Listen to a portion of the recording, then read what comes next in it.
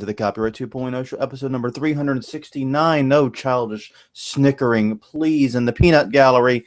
We are mature adults here. My name is Jonathan Bailey. I am from the website Plagiarism Today, which can be found at plagiarismtoday.com. And joining me, as usual, the karaoke master himself, Evan Sherez. Evan, how are you doing? I'm doing well, John. It's a beautiful day. You know, excited to talk some copyright, some exciting stories. How about you? How you doing? Doing good, doing good. I had a good Labor Day off. Not mostly off, I should say. No day is ever completely off, but, you know, mostly off, and really enjoyed sort of taking an easier week of it. But now it's back into the thick of things. Lots going on, lots to do, projects to finish, and Halloween to prepare for here. Haunted house work has begun full swing. Wow. You know what? I do remember hearing about that. Does that mean that I've been doing this for a year now? Is that possible? I don't think it's been a year. I think it's. I think I might have mentioned it a few times before. I don't think we're at a year yet, though. I would check on that. I think it might be coming up. Yeah, it might be coming up. Yes. But yeah, so we are working out in the garage and basically staying busy, staying really, really busy. But I gotta say, on copyright front, we have a lot going on this week. Very interesting result. Yeah, very interesting. We probably should jump in and start right off with the big news that was announced just today. The Zune marketplace is closing forever.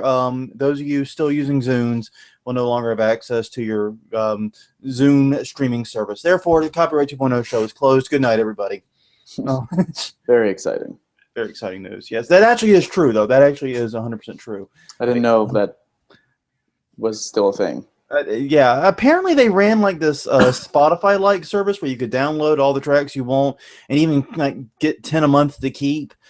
And it's really weird. I actually looked it up. The Zune launched in 2006, the year after Plagiarism Today. It was pulled for retail sale in 2008 and formally discontinued in 2012. It languished for 4 years, and just now in late 2015 is it finally the back end of it finally going away.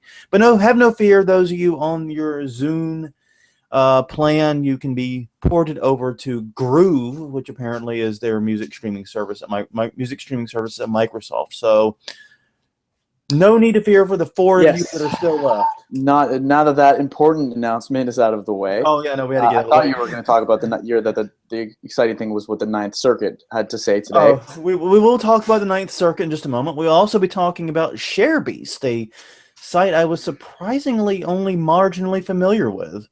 And its recent fate.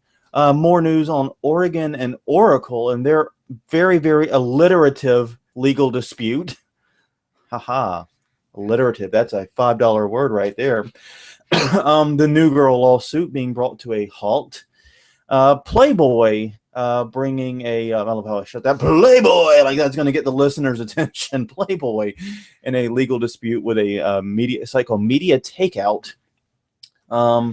EMI taking an interesting approach to sampling, and then two sort of bizarre cases involving Getty Images, one involving the Hacker Magazine 2600 and another involving one of the favorite memes of all time, the socially awkward penguin. So a double header of Getty Images news coming up at the end of this show. So stay tuned or fast forward if you're not watching live. If you are watching live, okay, Getty Images. No, that's not how this works. But yeah, so Ninth Circuit, we definitely have to talk about this. This case is an interesting one, and the result today, I think is being blown out of proportion, but it's still very interesting nonetheless. Yeah, this is one of the bigger cases that's still around. You know, I wouldn't dare say the biggest because that's the Blurred Line case, and I think that the Blurred Line case will be the biggest one. Absolutely, it's earth-shattering. But this one has been on most law professors and law students' radars as a very philosophical battle, I dare say. It's about fair use and whether it's really an affirmative defense or is it really a right? Is it as the debate would center around, is it excused use or is it authorized use? And so this is one of these cases that really, you know, puts the copyleft and copyright against each other. Right. And the case actually centers around a 29-second video, which, have you actually seen the Lens video at some point? I have.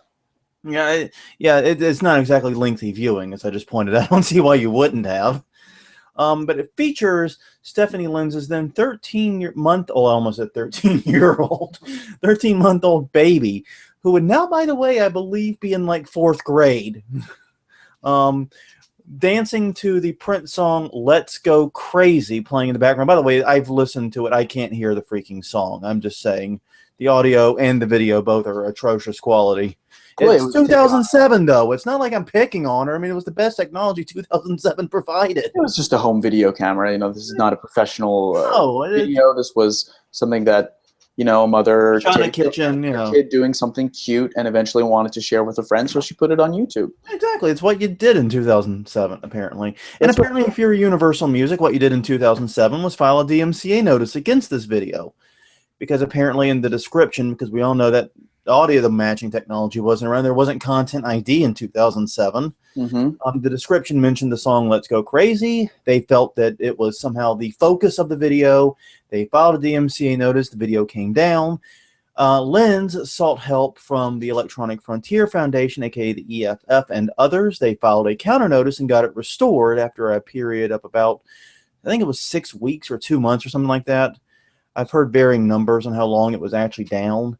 And the result, and then they filed a lawsuit against Universal for filing a false takedown notice that has since dragged on for 8 years. That's right. 8 years of litigation over a 29-second clip. So the lawsuit centers around, and I think we've discussed this in the past, it's Section 512F. It's called misrepresentations. So this is within the DMCA takedown systems that says that any person who knowingly materially misrepresents under the section that the material or activity is infringing, or that the material or activity was removed or disabled by mistake or misidentification, can be liable for damages. Correct. That's right. Yeah, and it's interesting because there was a case in 2004, the Rossi case, as it was called, because it was Rossi versus the MPAA. They found that the this good faith, which is basically when you file a good notice, you have to swear to a good faith understanding that this isn't a copyright infringement. They determined that the good faith is a subjective, not an objective good faith. Right. Meaning good faith, a subjective good faith is in their brain space and between their ears, they genuinely believed it was a copyright infringement versus an objective one, which looks at your actions and what you did. So the case ended up having 2 issues, and it has 2 issues at this point. The first one centered around this concept of infringing use. Yeah. So if there's fair use, is it still infringing? Well, you know, in court, fair use is an affirmative defense to copyright infringement, which means that, you know, you have to, there is an infringing work and then it's excused because you've shown your affirmative defense. So what's your interpretation of the term infringing here? If there is fair use, does that mean it's not infringing, or does that mean it's excused infringing? So there's this philosophical debate around it, and people have been talking about fair use as to whether it's authorized or excused behavior. And that's kind of the first issue, and that relates to this case, obviously, by arguing that if you're going to say that this was fair use, that means it wasn't infringing, which means that this is a misrepresentation. You've misrepresented that this is infringing material, and therefore you should owe me damages for that. And then the second one was that if you're wrong about that, you do have to consider fair use, because if it's fair use, then it's not infringing. Well, then was there this good faith, subjective point of view on behalf of Universal when they sent this takedown request? Yeah, and that's where things get a little sticky, is because what the court ruled here basically is that, yes, you do have to consider fair use before filing a DMCA takedown notice. Now, the court stopped short, though, of saying Universal had failed to do that. One of the judges on the panel actually wanted to do that, but the other two sort of, hey, hold on there, buddy, because Universal did admit they never directly considered fair use when filing this takedown notice. Right. So that first point, though, is important to pause on for. Okay, let's go and pause. Because, them saying that for the purposes of the DMCA, fair use is a statutory non-infringing use. It's a big deal. They went to the legislative history. They talked about it. This is something that the studios are not going to be happy about, because you do have to consider fair use well, when you're issuing a takedown request. And I think, as you correctly noted, that they somehow carved out an exception for these automatic systems like Content ID, which I think doesn't Content ID actually isn't relevant to this because that actually is outside the DMCA system. It is outside the DMCA system, and but how can they, yes. how can they at one point say that you have to consider fair use, but at the same time kind of bless automated systems that don't? It's just kind of philosophically yeah, I guess what they're saying is the automated system has to have some kind of algorithm that considers fair use. Or, I mean, and of course, if you can find an algorithm that judges fair use, please email a copy of this algorithm to Jonathan@plagiarismtoday.com post haste. Well, I would love to see this. We're getting in some weird AI here stuff, because if the standards is subjective belief, then it would, how do you know? I didn't even think of that angle. Yeah. How does an algorithm know in its head it's way fair use? Oh my God. Steven Spielberg is going, hey, wait a minute. So yeah, so they say that, and then they also say if a DMCA takedown notice is issued which totally neglects to consider fair use, they can be liable for damages. Yeah, and that's the thing. It's got to be like this total neglect, because they've made it very clear this analysis doesn't have to be detailed, in-depth, accurate, correct, anything. It just has to be there.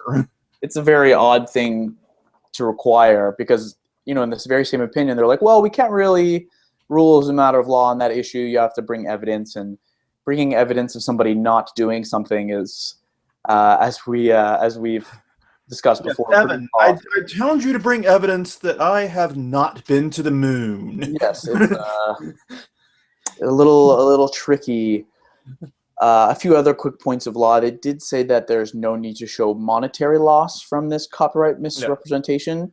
You know, most law students learn that every lawsuit needs a show of damages, but apparently that, you know, that's not the case here for the misrepresentation. You don't have to show monetary loss as evidence of damages. But unfortunately, that means she only qualifies for nominal damages, Right. which are, as we know, not much typically. No. Typically not worth, like, 8 years of litigation. So to that point of whether this was fair use or not, as this moves towards trial, because that's basically where they are, they denied cross motions for summary judgment at the district court level, and that was affirmed. So this might move towards trial if this opinion doesn't get appealed to the Supreme Court. The evidence was as follows. The employee guidelines that they gave to the individuals who were issuing these takedown requests did not include fair use explicitly. So that's one, you know, piece of evidence that you could offer. Like, well, here's our first point, is that you have explicit instructions to these employees, and they don't mention fair use. So, you know, it becomes a little bit harder to argue that they did consider fair use. But their argument is the instructions included other tests which were kind of tantamount to a fair use test. Right, and I looked at some of these other considerations, and I think there's a pretty reasonable argument against that, because, you know, some of the points are that they were generally instructed to ignore songs with very little of the song or where it is distorted beyond reasonable recognition.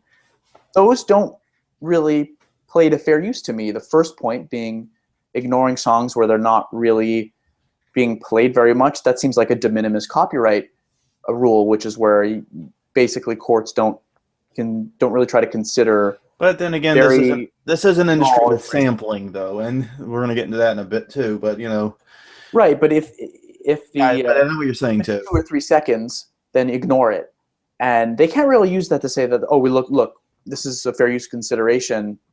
Well, yeah, quantity is a part of the fair use consideration, but very little infringement is also just an issue where courts tend to throw cases out before even getting to fair use, because it's de minimis and the court does not concern itself with trifles. So that's what I would argue on that point. You know, and there's also this other point where the mother asks the son, and this is more particular evidence of this trial. The mother asks the son, "Do you like this song?"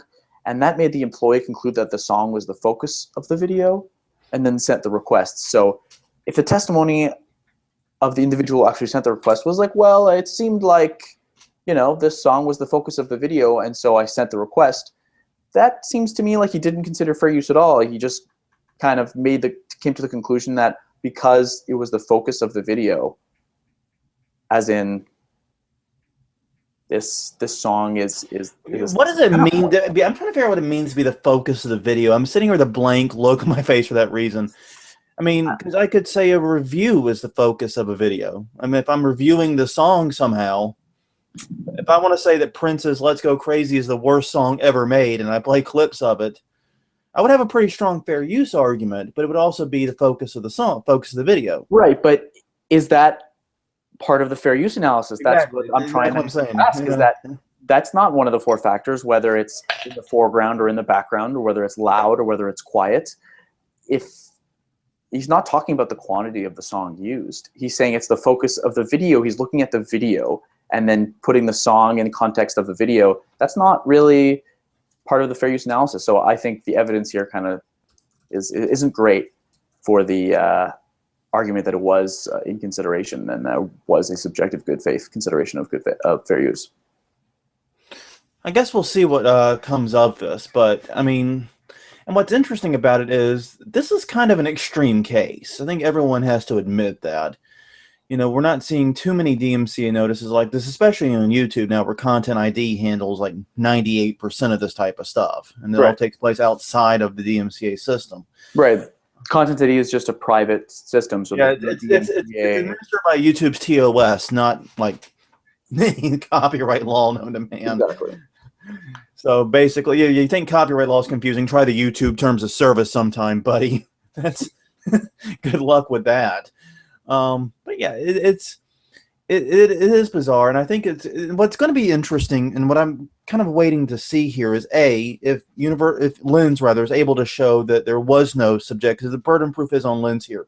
There was no subjective, fair use analysis here. That these tests that you just talked about do not amount to that. If they're able to win, and then if they do win, what kind of damages they actually receive? Well, I don't think that's the point of this case. I mean, we both know that's not. Well, okay, and here's the reason I think that is the point of the case to a degree. Because let's say Lens goes through all of this and wins, like the previous ruling we had in 2013 at the district court level, which said that Lens would only be eligible for the for the attorney's fees that she incurred up to the lawsuit, meaning basically get the help getting the video back online, and the nominal damages. Right. If she only qualifies for that, they'll have litigated an 8-year case and only received very, very small damages comparatively. Yeah, but I don't think this case was ever about the individual damages. Sure, they wanted as high as possible as a future deterrence, and that's doing bad faith DMCA takedown requests. But if they get the rule that they have to consider it, that's a big. But here's the thing, and you and I both know that the EFF can't represent everyone who is wronged with a false takedown. And for anyone else to follow this path, the amount they're going, you know what I mean? There has to be an amount that justifies the infringement. But the next plaintiff, John, may have damages. Okay. That's what I think my point here is that that's not a risk I think as an institution you want to make, is that as a policy to never consider fair use, because you can't imagine a scenario at this point in time where a plaintiff would suffer damages. And I mean, off the top of my head, I can, Yeah, I can imagine a few, but the truth of the matter is, in most cases involving the false takedown, there are no actual damages. You're 100% right. I would say in over 99% of the cases involving false takedowns. And it was very interesting, in my opinion, that when drafting 512F, there was no mention of statutory damages, which is how the copyright law itself handles this issue. Of a lot of infringements, there's no actual damages. There's this idea of statutory damages. Right. So I think without statutory damages backing this up, there's not going to be real teeth in this for 99% of the false DMCA cases. 99+%. Now, yes, the thing is, and where it may actually have benefit, is it will cause some copyright holders to change their practices slightly, at least pay lip service to fair use. Now, of course, they said you can't just pay lip service to fair use, but, that's, once again, when you're dealing with a subjective good faith standard, that's awfully tough to prevent. That's fair. I don't think there'll be many of these cases moving forward. No, I think this was a big deal in 2007, but as it's resolved now, the point that you made in that article or that tweet, I don't know if you ended up writing a piece about it, is that it's Content ID is where most content is taken down these days. And that's on YouTube. And yeah, that's kind of the nature of the law here. Is we're seeing litigation that's 8 years behind the technology. But that's both in terms of what YouTube is doing and what copyright holders are doing. The copyright detection and DMCA systems are much more advanced than they were in 2007. You don't have just some guy sitting there with a checklist of items. Yep, that looks good, and filing it. It's much more robust today than it was 8 years ago. But still, at the same time, it does provide some guidance. And I think the guidance from this case is overall sound. And I do hope any copyright holder going, well, we're screwed now, we got to rethink what they're doing. You know what I mean? It doesn't, like, for me, it has no impact on me and what I do, because I've always considered fair use. I've never not. So this is a very unique situation. Yeah. This was a symbolic case, and for anyone in their right mind to get into litigation because they believe that the other party did not consider fair use before issuing a DMCA takedown request is out of their mind. Yeah, I cannot think of a plausible situation where that would be worth the effort, other than the EFF taking a symbolic case on. And I think that's well put. I think this is a symbolic case largely that will not have a tremendous amount of on-the-ground impact over the next few years. But hopefully, like I said, some people will rethink their practices. If there's anyone out there that is worried, they need to make some changes. Yeah, there may be. This might be the prompting. There may be a memo. Yeah, going around. Goes out. Okay, we're tacking on fair use to the list of stuff to think about before you file these notices, type thing. Yeah, it's to me, nearly every notice I filed clearly has no fair use. We're dealing with straightforward piracy. We're dealing with revenge pornography. You know what I mean? We're dealing with easy stuff. I got you. Fair use doesn't even play into it, but I still factor it in, and I have rules that prevent it. Yeah, I can't possibly imagine a fair use consideration in that type of situation. Yeah, I can't either. So in my position, it's not a huge thing, but if you are someone who's been filing DMCA takedown notices without regard for fair use, yes, take this opportunity to slap yourself in the face and do something different, please. All right, well, let's move on to the next story. Yeah. Sharebeast. I've got to say, I'd heard of the site, but I guess I had no idea how large it was. You know what I mean? I think we're both pretty out of the loop when it comes to this stuff, because it'd be pretty hypocritical of either one of us to... Well, but I do get reports and file takedown notices on pirated content. So I do see a lot of these sites, and I do run across them. Like, I know... most of the major file hosting sites. I've done a few. I think I've got a few with Sharebeast, but not like a crazy amount. But apparently, according to this article, it was the largest U.S.-based file sharing service. Yeah, and it seems pretty gigantic too. Yeah, no. From what I read about it. Seems legitimately gigantic, except for the fact that it's now gone. It is the now Department of Justice seized it, shuttered it. And they really need a graphic designer to redo their damned "this site has been seized" logo. That thing looks terrible. I find it pretty intimidating, though. It's intimidating, but look at the margins around that text. I mean, good God, a little white space wouldn't kill you either, Then I can barely read the FBI logo. Fair point, John. Yes, that's me. Originally, before I was anything, I was a graphic designer. So at some level, every once in a while, it seeps out of my pores. Well, and what's with that typography? What font is that? Here, we only tackle the important issues here at the Copyright Show. The typography of the site seizure notice. I only hear this conversation here. But yes, they seized the site, they shut it down, and it appears to not have reemerged as of yet, is my understanding, unless you have some news I have not heard. I have not heard that they have reemerged. I'm sure next week we'll be talking about... That's the next week's show. Sharebeast.vx, the latest place to hide. SE or whatever, yeah. But yeah, apparently it was the largest U.S.-based file sharing service, which, there's a U.S.-based file sharing service? That seems kind of dumb. But they also apparently they gained some notoriety recently for leaking a Kanye West album before it debuted, and they were the primary source for that leak. So that is the kind of thing that could get you some traffic. He's very popular. Well, that's the thing about these types of sites is it's like Icarus, you know what I mean? You can't fly too low because you don't have any traffic and no one pays attention to you and you don't have any profit, and you can't fly too high because the minute you leak a Kanye West album, the DOJ is on your butt. Yeah, you ever see the Adam Sandler movie? It's like the only good movie he's done in the last 5 years where he plays a chef. Not ringing any bells. You Maybe lost me with Adam Sandler, good movie in the last 5 years.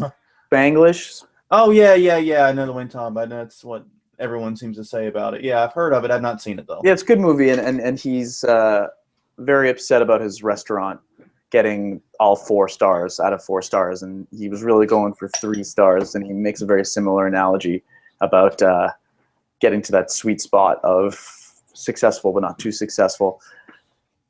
Yeah, and it's true, though, for these types of sites, because if you become really successful, unless you're like the Pirate Bay and you have crazy amounts of resilience, this is how it ends. Mm-hmm. You know, the Pirate Bay is kind of the exception that proves the rule a little bit. I mean, Mega Upload got shuttered.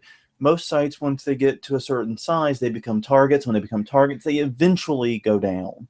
And that's what happened here. Apparently, though, the DOJ noted here that the RAAA reported over 100,000 plus infringing files on the site without satisfaction. So, well, wow. That brings us to the Oregon and Oracle fight. Yeah, this is entertaining. I got to say, other than story. barely being able to pronounce the litigants back to back, you know. Well, Oregon and Oracle. Eventually, you derail. It's like a tongue twister. But yeah, it's a very interesting case. So lead us in. It stems from the failure of the Oregon Health Insurance Exchange, which, if you watched John Oliver's show, you know a fair amount about. He actually did a bit about it. Well, in order to set up this health insurance exchange website, that's a bit of a mouthful. They set up a corporation, you know, wrote a number of contracts with various programmers, et cetera, et cetera. The site didn't work. It was a complete disaster. Didn't they spend like $250 million or some crazy amount on getting a site working? It was something like that. A pretty scarily large amount. So once everything was falling apart, the corporation that was formed by the state was disbanded. Oregon took the code from the site and basically shifted all of this intellectual property to a state agency, or they basically took the code and shifted to the state agency and started running it from the state agency. And they had all these contracts that were still not completed. A lot of payments weren't made, for example, to Oregon, who was one of the contractors. And so once they shifted all of this IP over and the payments were never made, Oracle was like, hey, you haven't paid us. You're using our code. This is our intellectual property. You've breached our contract as well. We're going to sue you in copyright because you've basically stolen our IP. You have not completed the terms of the contract. You do not have the license to use the code. The license goes with the completion and the payment. That's right. Simple. And what's weird about this case is under the U.S. Constitution, states are pretty much immune to litigation in federal court. So that's right. But at the same time, there's also something called the contract clause. It's a doctrine that basically says that from Article 1, Section 10, Clause 1, it prohibits laws that retroactively impair contract rights. And that applies to only laws that are passed by state legislatures. Yes. Now, it's not an absolute doctrine. Certain conditions allow it. For example, in the Great Depression, states tried to stop foreclosures. And they were allowed to do that because, you know... We can't have 80 million new homeless people all of a sudden. Exactly. Basically. However... you know, when the modification is of a contract between a government entity and a private institution, there's a very high level of scrutiny. You really can't do that. Yeah. And so I suspect that Oracle will get their it's money. A bit like, it feels to me like Oracle is playing the world's cheesiest game of freeze tag.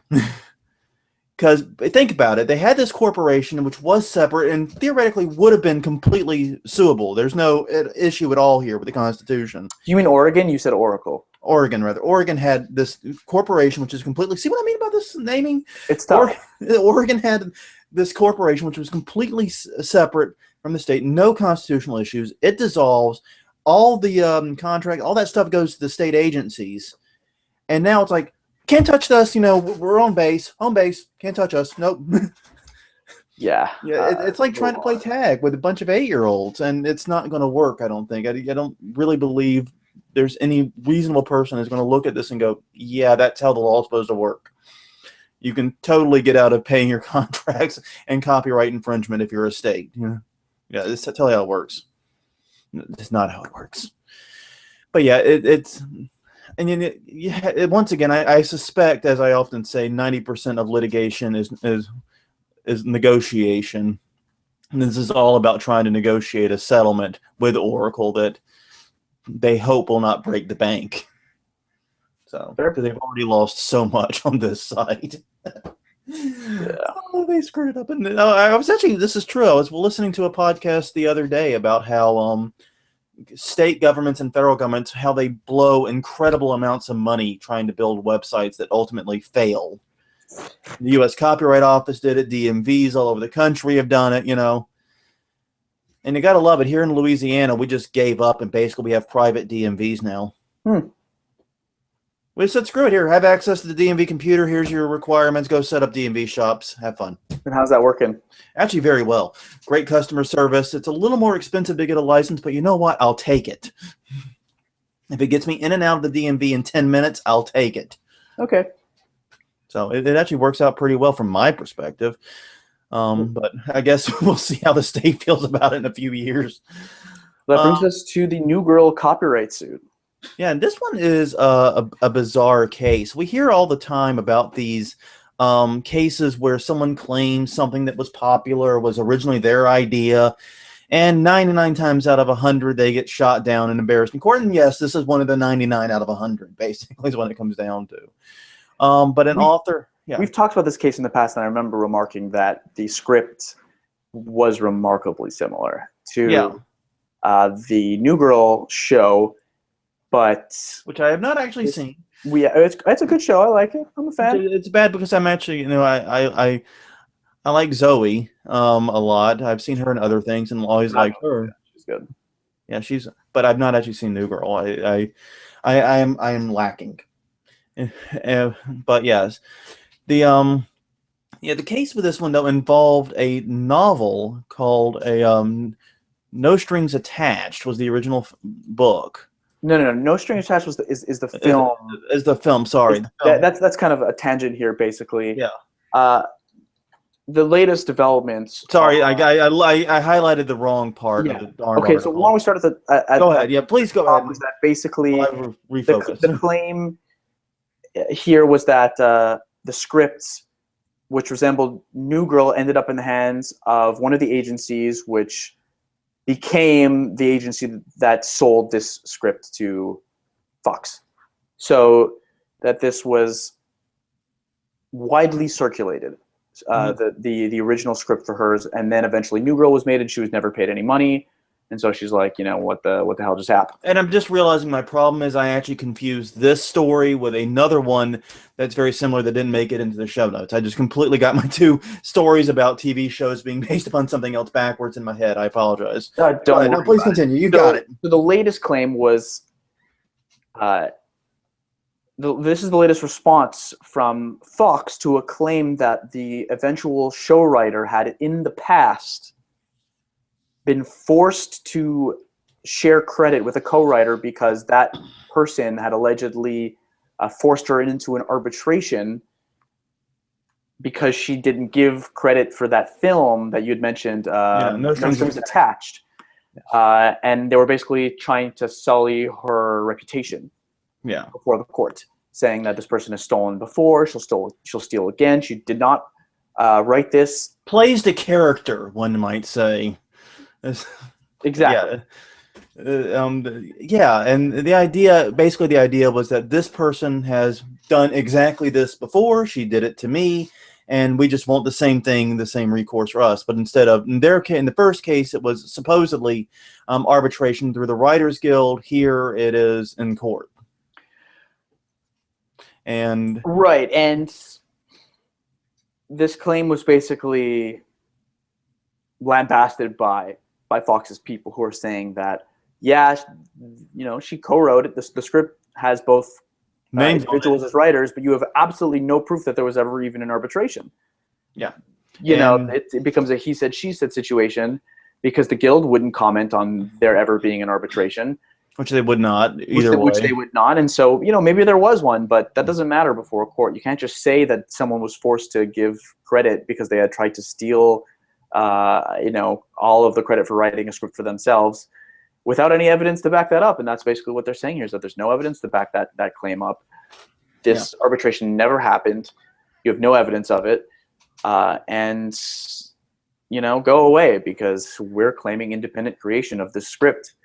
And, this is a really important point to this case is, they're pretty similar, the stories. And the way to get around that is they have to claim that this was independently created. And in order to combat that claim, you're going to have to say, no, that there was access to this. And access is a huge part of the infringement via reproduction. It's a huge part of your case. You have to actually show that someone had access to the script in order to show that it was reproduced. In some parts of the country, you can show just virtual similarity, and therefore you don't need access. But the scripts aren't similar enough that would stand alone. That would stand alone. You do need access, and so they really, really want to show that. Yeah, and like I said, there are cases where you don't have to prove access. Like, for example, if it had been just a complete verbatim plagiarism, word for word, where there's no way it could have existed without access.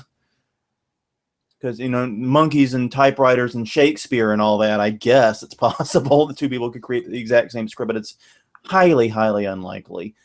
So there are situations where access isn't that important, but this would be one case where it is. It'd be very, very, very important. Yeah, and in the meantime, this is just the dirt throwing that happens back and forth. Yeah, but this you got to admit, this has gotten somewhat unusually dirty for these types of cases. Almost a personal attack. Yeah, I agree. I don't know what it's really going to do. Achieve, yeah. I don't think the judge is going to look at this and really use it. There's a reason why they don't really allow reputation evidence in criminal proceedings. It has limited probative value in most cases. Agreed. And so I don't know what this woman is really gaining by alleging that she's done it before without any evidence of that. It's one thing if you can at least prove it. Yeah. But I think they probably did not. And the problem is, even if it did happen, there will be no evidence. There will be no evidence, right? It was a private arbitration. The WGA is, unless you're going to go through all the headache of subpoenaing, and which isn't going to happen because it's not relevant to the case. No judge is going to grant that. No, I don't think so either. Unless you hack into their systems, at which point you raised a whole set of other legal problems. I'm not actually advising hacking. That's what I'm saying. Yeah, there's really no way. Well, Playboy. Yeah. Azalea Banks apparently posed for Playboy, and the photographer granted exclusive rights to Playboy. For that exclusive rights, one requires to file a lawsuit. That Iggy Azalea, is that her real name? No, Azalea Banks. Who is that? I have it's a rapper. I have no idea. Yeah. I have no idea. I really and truly don't. If this is the oh yeah, Patrick, I need to flash up the Patrick O'Keefe signal. We need Patrick here. Iggy Azalea's first name is Amethyst Amelia Kelly, like the ruby. I don't think I'm pronouncing that correctly. Amethyst. Anyways, so this is someone different. It is someone different, and so they took the pictures and then put their own watermark on it, and then Playboy was like, we have copyright registrations for these photos. We're suing you for intentional, willful copyright infringement, and we're going to ask for statutory damage. This is where things seem to get a little weird because, A, they don't seem to have registrations for all of the photos. I'm a bit confused by this, but it appears they don't have registrations for all the photos. For the photos that they do have registrations for, they're filing a lawsuit for just traditional good old-fashioned copyright infringement, the $150,000 statutory damages, yada, yada, yada. But for the ones they don't have registrations for, they are filing for violation of the Digital Millennium Copyright Act, where the Digital Millennium Copyright Act says you cannot modify or alter or tamper with copyright management information, or CMI, which is basically any information that's affixed to a work to identify when it was copyrighted, who took the photo, who owns it, etc. Any information for identifying the copyright holder, or that relevant to anyone that would be searching for copyright information about it, like maybe to license a work. And you can actually sue for that without a registration. It's explicitly something you can sue for without a copyright registration. So they are suing for that, since, as you said, this site Media Takeout, a site I'm also not familiar with, added watermarks and added false CMI. I went to their website, and it seemed pretty second rate. You know, it was ads everywhere. Not even like a TMZ imitation with a horrible UI. That was the impression I got. It was like TMZ, but somehow worse. Somehow worse. Oh man. Not a TMZ fan, if anyone couldn't tell. But yeah, so it's a very bizarre lawsuit, and I really want to know why all of the images were not registered correctly. Because you would think an organization like Playboy would have this nailed down. You know, maybe they sent in the first batch of pictures, never got the second. Or maybe they submitted the magazine and the photos that weren't in the magazine. Yeah, maybe they didn't. They didn't submit the ones that were going to get published, something like that. Those ended up getting published online, and you know. Just it's a reminder, everyone, that while yes, this CMI tort is there if you need it and if it's applicable, you still want to be able to sue for copyright infringement. Handle your registrations. Just do it. I hate it too. I'm not a fan of the Copyright Office. I'm not a fan of that system that was down for a week. Sorry, but still, you know, handle it. If you're in the U.S. and you ever want to sue for copyright infringement, just handle it. Agreed. EMI. This is an interesting approach. I wanted to talk a little bit about this. EMI has announced a new 6-month amnesty for anyone who sampled EMI music over, well, forever, basically, saying if you've sampled our music and not cleared it, you know, it's cool. Come to us. We'll establish a fair royalty for going forward. But all that stuff in the past, it's forgiven, no matter how long it was being used. Yeah, really interesting step. 6-month amnesty. Anyone can step forward. They'll license with you current market rates. You know, bygones are bygones. And, you know, I'm very interested to see how this plays out. Yeah. And part of me is... And I guess part of me is a little bit suspicious of any noble action, because this seems to be a pretty noble action out of the blue, is that maybe they're planning a sampling litigation campaign after this ends. Like, we got all these guys targeted, you know, we're giving them a chance. So that way when the lawsuit hits, they can go to the court and say, hey, we offered this amnesty period. We were more than fair in trying to resolve this. Right. That could be part of the tactics. It could also just be, you know, we want to bring everyone in, and maybe this is the cheapest way to do it. Litigation is too expensive. Yeah. And it could just be that this is a way to sell more licenses for samples. It could be that simple.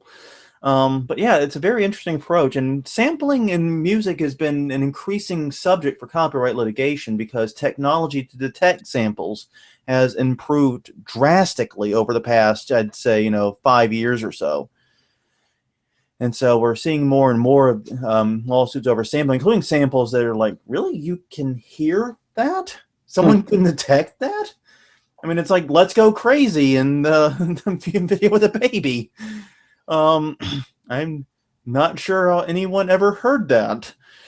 Maybe my ears are terrible. I don't know. But yeah, it's a 6-month amnesty. If you used a EMI sample and you didn't clear it, now's your chance to clear your conscience and your legal risk. Godspeed. You got 6 months. Do you have anything to tell us, John? No, I unfortunately do not. I am not a musician. You're the musician. You're the one that we should be looking at here. How many EMI tracks have you used, buddy? Probably a lot at karaoke, but Where do I have to email again? oh, yeah. Actually, that's interesting. The article doesn't say where to go. I guess go to EMI site. They'll point you the right way.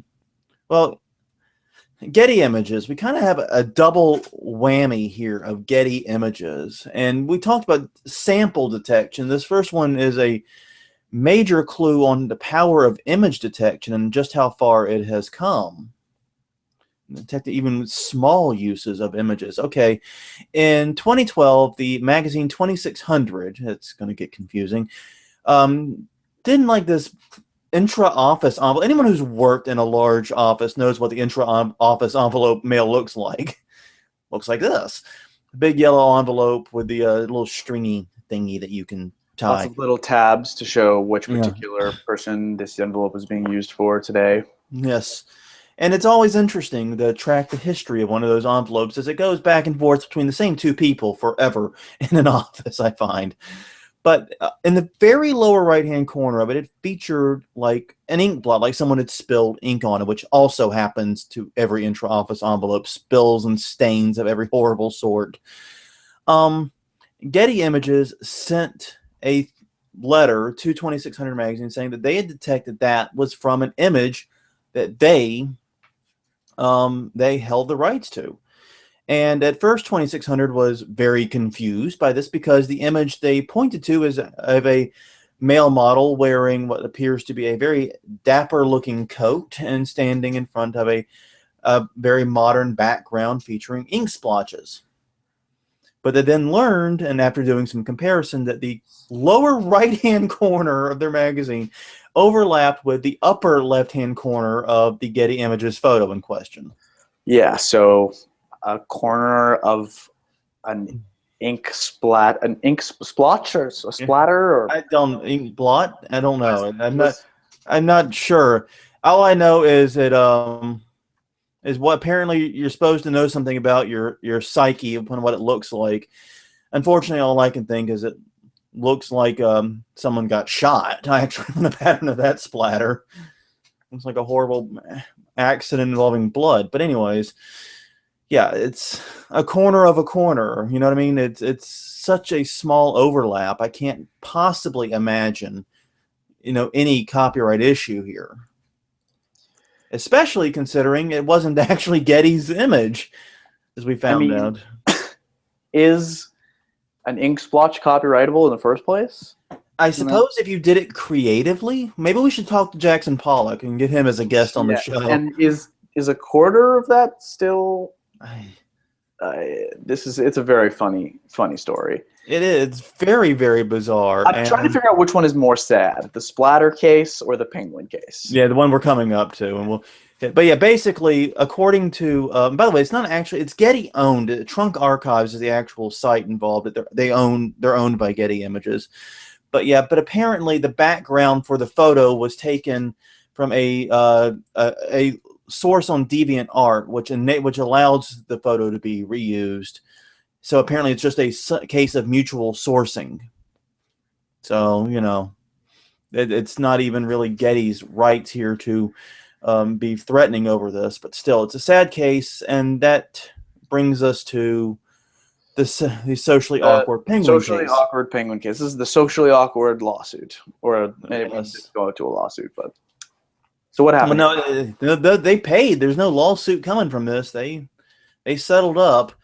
But yeah, a German site apparently, a German blog was asked to pay about $840 of U.S. currency, the equivalent of $840, for using the socially awkward penguin meme. For those who don't know, it's the meme you use whenever you do something socially awkward, basically, like when you are staring at your phone at a party all the time, or when you are completely in awe at how awesome Evan's karaoke is, and you can't be in the room anymore. That's just normal. That's just normal. I suppose it's not socially awkward. But the point remains, it turns out the socially awkward penguin is based upon a photograph of a penguin owned and licensed by Getty Images, taken by George F. Mobley. guess how you say his name. And so, yeah, they believe that the socially awkward penguin meme is a copyright infringement of their photo. Okay. So, yeah. I'm looking at the photo now. It is a pretty exact reproduction of their penguin. I have to admit that. So I think we talked about Success Kid and Yes. fireworks, where a business tried to use a Success Kid on their packaging. Mm-hmm. And this is just another one of those stories, is that even if you think everyone uses it on the internet and you see it on Reddit all the time, that does not mean there isn't somebody policing their intellectual property and reserving that police activity to when they can go after someone with pockets. And this is that situation. They're not going to go after people on Reddit using the meme. They're not going to send takedown requests. They're going to let it proliferate, because you don't have to protect your copyright like you do have to enforce your trademark in order to keep it. And so somebody owns this penguin, and they're gonna ask you for money when you use it, and you've got pockets. Yeah. Now, one of the outcomes of this was somebody created a quote-unquote public domain version of the socially awkward and socially awesome penguin memes that you can use for free without any concern whatsoever. And it's just a hand-drawn penguin, obviously not based upon the photo in any way, other than a somewhat similar pose, though I think this penguin's far more flexible than the real penguin, judging from his ability to get his foot up. But yeah, I mean, this is one of those cases where it's like it seems like a commercial site wanted to be cool, wanted to be trendy, wanted to use the same meme all the cool kids are using on Reddit and Tumblr and whatever. And like you said, this particular meme has a real photo behind it, and like you said, it's a very, very sharp resemblance. You can even see the there's like, if you look closely toward the middle of the abdomen, where the black meets the white, there's like a white stripe in the black there. Yes, it's an exact reproduction of that image. It's so exact reproduction of the image. I don't know if they ran a filter over it or anything, but it is a very exact reproduction of the image. Getty's got a point. Yep. It is a copyright infringement, but is this one that, is really worth going after, especially since, you get stories like these out there, people not particularly happy with you? Is this an opportunity to build goodwill? I mean, no, it's we don't care about goodwill. We just want $900 every single time someone does it, which seems pretty lucrative to me. There seems to be this misconception that because everyone is using it, that means there's no copyright on it. Yeah, and that's just not true. And yeah, that's exactly what the kids using Napster thought. Exactly. Everyone's doing it. There's no copyright on any of this. Oops. Yeah. If you take an image, you have a copyright over that image, and when that image is reproduced exactly, then you likely, you've got a reproduction issue. And so the only question I have is, and this, I'm not trying to cast blame here on Getty, but this meme has been in use for a long time, many years, exactly as it is. Why? Yeah. And I know Getty has been able to track this image. Why are they only starting now to enforce commercial uses of it? I mean, I'm wondering what changed and what shifted. I mean, it's not their obligation. I'm just kind of... No, I don't think anything changed. I mean, we don't know if it's being used in a commercial context by blogs and by businesses. When have they not enforced it? People are going to put it on Imager and use it, and then they can issue a DMCA takedown request on Imager, but they're not going to go after, they're not going to get a subpoena request for somebody making a meme on Reddit. It's when, a blog uses it, a business uses it. It obviously was a pretty serious blog, not just anything. It's when, you try to use it as your packaging, like the Success Kid firework company tried to do. Well, it's almost like a trapdoor spider situation. Yeah. They took it a little bit too far, is what you're saying. A little bit too commercial of a use. Interesting. But it's still, I mean, I'm looking at Quick Meme right now, one of the big sites for producing memes. They are a commercial site, and they have the exact meme there. I mean, are they next? They should probably be checking that out and maybe, removing the meme. Yeah, well, that's another point as to, quick meme sites that actually let other people create new ones. I mean, there could be a licensing situation that we just don't know about. That's true too. Yeah. Still, it's a very interesting case, but yeah, just a reminder that Socially Awkward Penguin actually has an owner. Socially Awkward Penguin has an owner. And on that note, we're done for today. I think we're done. All right. You got anything else? Any final thoughts other than Socially Awkward Penguin's not an orphan anymore? He has a daddy. It does. Socially Awkward Penguin is no longer an orphan work. No. Do I have any final thoughts? I would have to say I'm excited to watch Donald Trump tonight. Oh, yeah, I do not know if I'll be watching, but I know a lot of people are my light just died. I know a lot of people are very excited about watching Trump, even if they're not going to vote for him. They enjoy watching him. You know, that's my feelings. I mean, I'm not going to vote for anyone, obviously, because I'm Canadian, and that would be a felony. Well, it's a bit like the time I was recruited to join the UK Naval Reserve.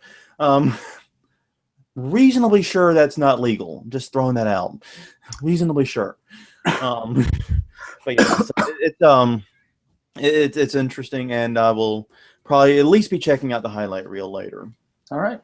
Well, on that note, everyone, my name is Jonathan Bailey. I am from the website Plagiarism Today, which can be found at plagiarismtoday.com, and find me at username Plagiarism Today on all the things. My name is Evan Sherris. Find me on Twitter at Evan Sherris. Send me an email, esherris@gmail.com. And John? Yeah. Well, on that note, everyone, thank you very much for joining us, and we will see and speak to you guys next week.